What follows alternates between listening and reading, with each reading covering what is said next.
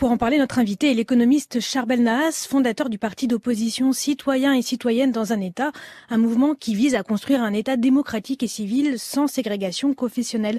Charbel Nahas, on entend dans ce reportage le témoignage de ce médecin de l'hôpital public qui décrit bien la situation, une économie au bord de l'effondrement, un État absent et une reconstruction qui repose sur les habitants et l'aide internationale. Est-ce que le pays peut encore tenir comme ça ? Merci de m'accueillir. Vous savez, le pays peut tenir, c'est quoi un pays? C'est une population qui vit dans un cadre imaginaire d'institutions, de référence, une monnaie, des banques, une justice, une administration, etc., etc. Vous savez, toutes ces institutions se sont effondrées. Toutes, aucune ne fonctionne plus. Et de notre côté, les gens, bon, comme vous l'avez entendu dans certains reportages, tous ceux qui peuvent émigrer, émigrent. En attendant, le reportage, de manière tout à fait compréhensible, a été focalisé sur les effets de l'énorme explosion du port de Beyrouth de début août. Mais il est évident aussi dans les témoignages que cet événement, malgré son caractère tragique, exceptionnel, n'est qu'un maillon dans une séquence. Donc, s'attacher précisément à ce point-là serait faire fausse route. Il y a eu un effondrement d'abord économique, financier, mais notre diagnostic, c'est tout le système institutionnel s'est effondré. Tout le système. C'est pas qu'il était bien, il était beau, pas du tout. Il était horrible en fait. C'était l'héritage de la guerre et des milliards, des opérations plus ou moins crapuleuses que telle ou telle a pu faire. Mais les gens l'acceptaient et se sont configurés en fonction de cet édifice. Et tout ça s'est effondré. Ce n'est pas une crise financière, ce n'est pas une explosion. C'est toute l'armature d'une société qui s'effondre. Précisément, ce reportage se déroule dans les quartiers de Beyrouth qui ont été touchés par l'explosion. Comment ça se passe ailleurs dans le pays? Est-ce qu'il y a ce même rejet de la classe politique actuelle? Vous savez, c'est un rejet factice, ça. Il n'y a pas de rejet de la classe politique. Qu'est-ce que c'est une classe politique? Comme si c'était un métier, vous savez, il n'y a pas de classe politique. Il y a un référentiel de légitimité qu'une société accepte. Il y a des règles du jeu qui sont admises. Vous savez, on peut appeler ça démocratique, communautaire, etc. Il y a un référentiel sans lequel une société n'existe pas. Et jusque-là, ce qui s'est passé, c'est que tout ça s'est effondré. La formulation d'une alternative est un défi incroyable pour une population qui vit cette détresse et qui, par ailleurs, depuis 40 ans, n'a rien connu d'autre. On n'est plus dans le registre de la politique ritualisée, des élections, des petites discussions à droite, à gauche, des gars plus ou moins malins, plus ou moins honnêtes, on augmente la part des femmes, etc., etc. Tout ce rituel qui occupe généralement le devant de la scène. Dans des moments de rupture comme ceux que nous vivons, la politique prend une dimension autrement plus grave. Donc ce n'est pas une classe politique, c'est pas une bande de 5-6 salauds et tout le reste de la population sont des innocents. Non, c'est l'ensemble des relations entre les gens. Vous savez, même dans le reportage, une jeune fille là qui disait le sunnite de machin, le truc de machin. Elle réfléchit comme ça. Et puis un autre côté qui est poignant, si vous voulez, dans les témoignages, c'est ce qui est présenté comme étant de la débrouillardise. Vous savez, la débrouillardise, c'est bon, les ONG, les machins, l'humanitaire, etc., les associations. Ça veut dire quoi? Ça veut dire accepter de s'adapter. Accepter de s'adapter à l'effondrement des institutions. Autant on peut comprendre les élans humanitaires devant les horreurs qui se passent, autant il faut être vigilant au fait que cette adaptation, c'est précisément accepter l'effondrement, c'est refuser la confrontation, c'est accepter la défaite. C'est la société qui devient la variable d'ajustement d'un système imaginaire. Et là, il y a une rupture. Non, tout le monde n'est pas d'accord. Nous ne sommes pas d'accord. Ce n'est pas une révolution. Si c'était une révolution, le paysage aurait changé. C'est un cri de détresse conservateur de gens qui ont perdu leur référence. La responsabilité politique consiste à élaborer une alternative qui touche la légitimité même de l'ensemble de ces institutions et c'est à cela que nous nous attachons. Alors il y a aussi qui va pouvoir formuler cette alternative. Aurélien, vous avez rencontré beaucoup de gens qui essayent de partir. Est-ce que vous voyez le pays aussi se vider? Alors ça dépend évidemment du statut des gens. Ce qui est vrai, c'est qu'il y a beaucoup de Libanais binationaux, des doubles nationalités. Généralement, c'est parce que les parents ont fui la guerre civile il y a une quarantaine d'années. Donc leurs enfants ont eu une double nationalité, des franco-libanais, des gens qui ont la nationalité canadienne, américaine ou d'autres pays européens, voire australienne et autres. Alors pour eux, évidemment, avec l'explosion de l'été et puis la crise qui a duré 1 an et la dégradation de la situation, l'option du départ est plutôt facile en réalité, même s'il faut quand même relativiser les choses. Refaire sa vie ailleurs quand on a 30, 40 ou 50 ans, c'est quand même pas évident. Donc les binationaux sont les premiers à partir et il y a eu effectivement un énorme appel d'air pendant l'été. Avant, c'est vrai aussi l'explosion, comme le disait Charbel Nahas, à cause de la crise économique. Maintenant, il y a d'autres gens aujourd'hui qui veulent partir. C'est beaucoup plus compliqué parce qu'ils n'ont pas de double nationalité. Eux, ils veulent généralement émigrer, par exemple au Canada. C'est l'un des pays qui attire beaucoup. Et ça, c'est des gens qui comptent entre guillemets sur plutôt des diplômes qu'ils ont eu. Le système d'éducation au Liban était quand même très bon. Les Libanais sont très bien formés. Ils parlent souvent 3 langues, arabe, français, anglais, pour en tout cas une certaine catégorie sociale. Et ceux-là aussi pensent pouvoir partir et sont candidats à une émigration. Après, il y a une réalité aussi, c'est qu'il y a énormément, et peut-être la majorité, largement, des Libanais qui ne peuvent pas partir. Ils n'ont pas les diplômes pour, ils n'ont pas les réseaux pour, ils n'ont pas l'argent pour. Ces gens, ce sont aussi ceux qui étaient dans la rue il y a 1 an. Demain, c'est l'anniversaire de la Révolution. Charbel Nahas, à quoi vous attendez-vous? C'est pas pour faire une querelle de mots, mais c'est pas une révolution, pas du tout. C'est quelque chose qui était annoncé, connu. Pour notre part, ça remonte à 10 ans. 2 ans avant, nous avons formulé dans une annonce officielle que le pays était déjà en cessation de paiement, qu'il y avait une crise de balance des paiements et que le système en place n'était pas capable fonctionnellement d'y faire face. Donc ce n'est pas du tout une surprise. Ce qui est surprenant, c'est que ça a été perçu comme une surprise. C'est le déni. Et la continuité du déni, appelé résilience à l'époque et loué d'ailleurs, c'est l'adaptation. Vous mentionniez là avec Aurélien la question de l'immigration. Vous savez, dans les capacités d'adaptation, il y a l'efficacité des réseaux. Les Libanais, comme pas mal d'ailleurs de groupements sociaux, les Arméniens, les Juifs d'Europe de l'Est, etc., étant des communautés qui ont vécu en marge des responsabilités politiques des États et des empires dans lesquels ils se sont constitués, ont rattrapé ce retard, si on peut utiliser ce terme, dans leur relation aux responsabilités du pouvoir par le développement de réseaux d'une excessive efficacité. Et ces réseaux-là sont précisément ce qui conduit à transformer la société en variable d'ajustement. Et ce qui aide, c'est que ces gens-là, dans leurs différentes configurations, compensent la disparition de la matière même de la société dans laquelle ils vivent par un exorcisme qu'ils appellent identité. L'identité, c'est un machin qu'on peut garder avec soi ou qu'on aille. Même si on est dispersé dans le monde entier, l'identité est un exorcisme pour faire oublier que les sociétés peuvent disparaître. Et le Liban, dans ce sens-là, bon, je sais bien qu'en France, le Liban continue de présenter un certain intérêt, mais malheureusement, c'est un intérêt qui est souvent, sentimental, voire un peu ethnographique, si vous voulez. Bon, c'est des drôles de choses, les communautés et tout. Je pense que c'est bien loin de là. C'est un cas exemplaire, parce que ces questions de reconstitution de communautés et d'identité, avec une gestion mesurée des risques, c'est quelque chose qui est en train de polluer la planète entière. La politique américaine joue là-dessus. Ce qui se passe en France relève de cela.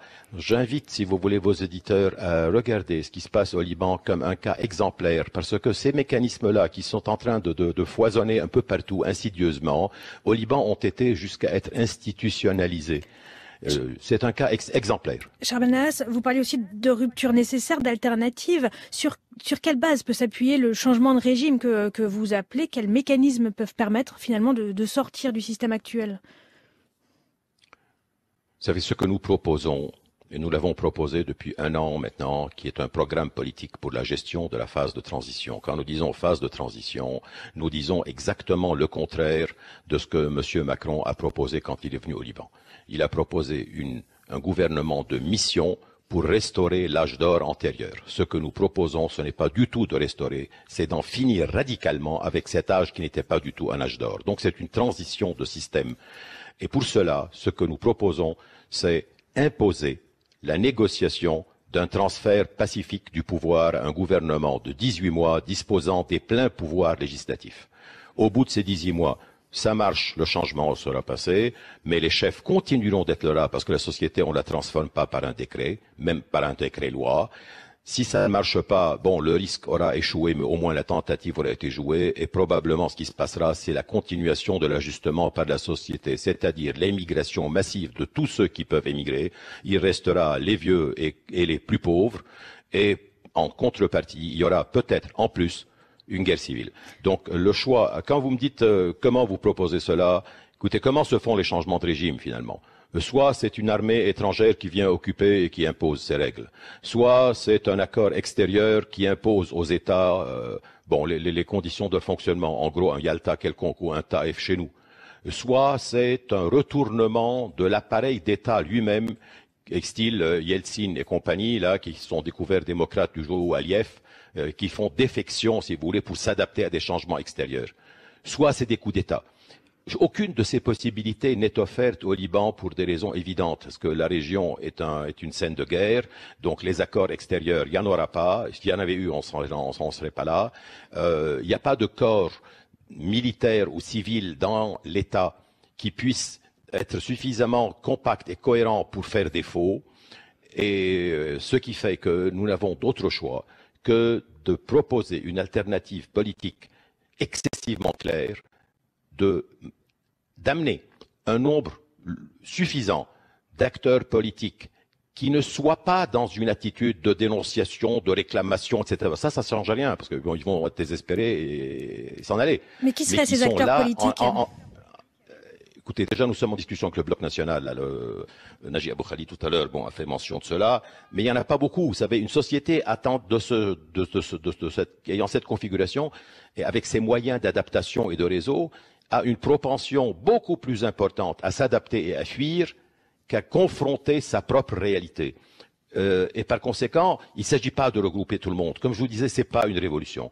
Les efforts que nous faisons depuis maintenant 4 ans et en accéléré depuis 1 an consistent à recruter ensemble ceux qui sont prêts à assumer le pouvoir. Il ne s'agit pas de réclamer, parce que quand vous réclamez à quelqu'un, vous lui reconnaissez sa légitimité.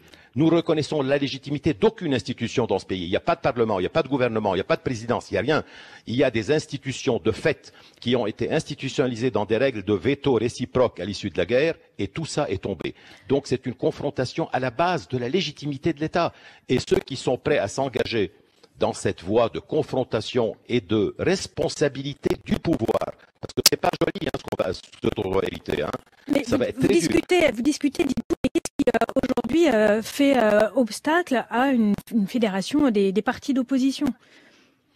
Il y a très peu de partis d'opposition. Il est beaucoup plus facile de s'installer comme une ONG et de réclamer des élections libres, l'indépendance de la justice, combattre la corruption.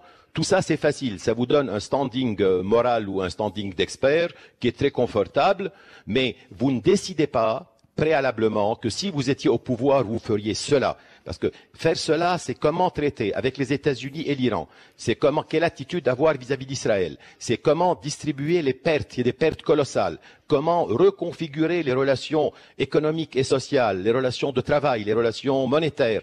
Ce sont des choix qui s'imposent. Et se positionner en attitude de dénonciateur ou de moraliste est quelque chose qui ne sert strictement à rien, voire qui dissipe les ressources potentielles d'une réelle confrontation politique. Est-ce qu'une transition négociée, les tractations nationales sont réalistes au regard des enjeux internationaux au cœur desquels se trouve le Liban?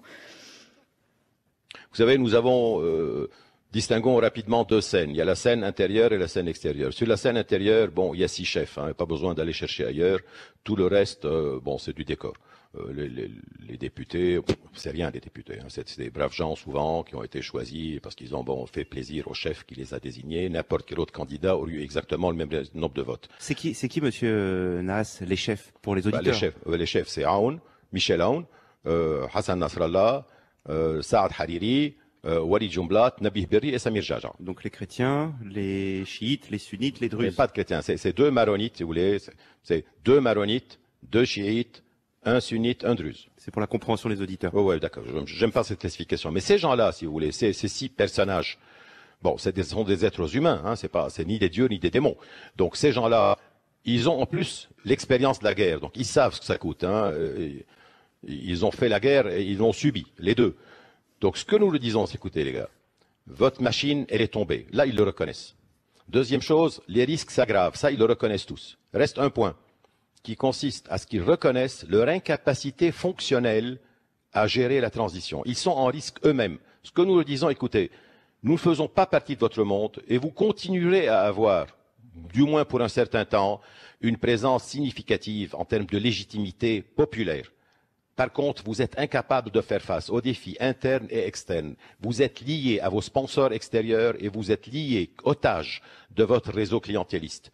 Donc, passons un deal. Un peu comme ce qui s'est passé en Afrique du Sud. Vous savez, les Blancs, avec Frédéric de Clercq, auraient pu continuer. Hein.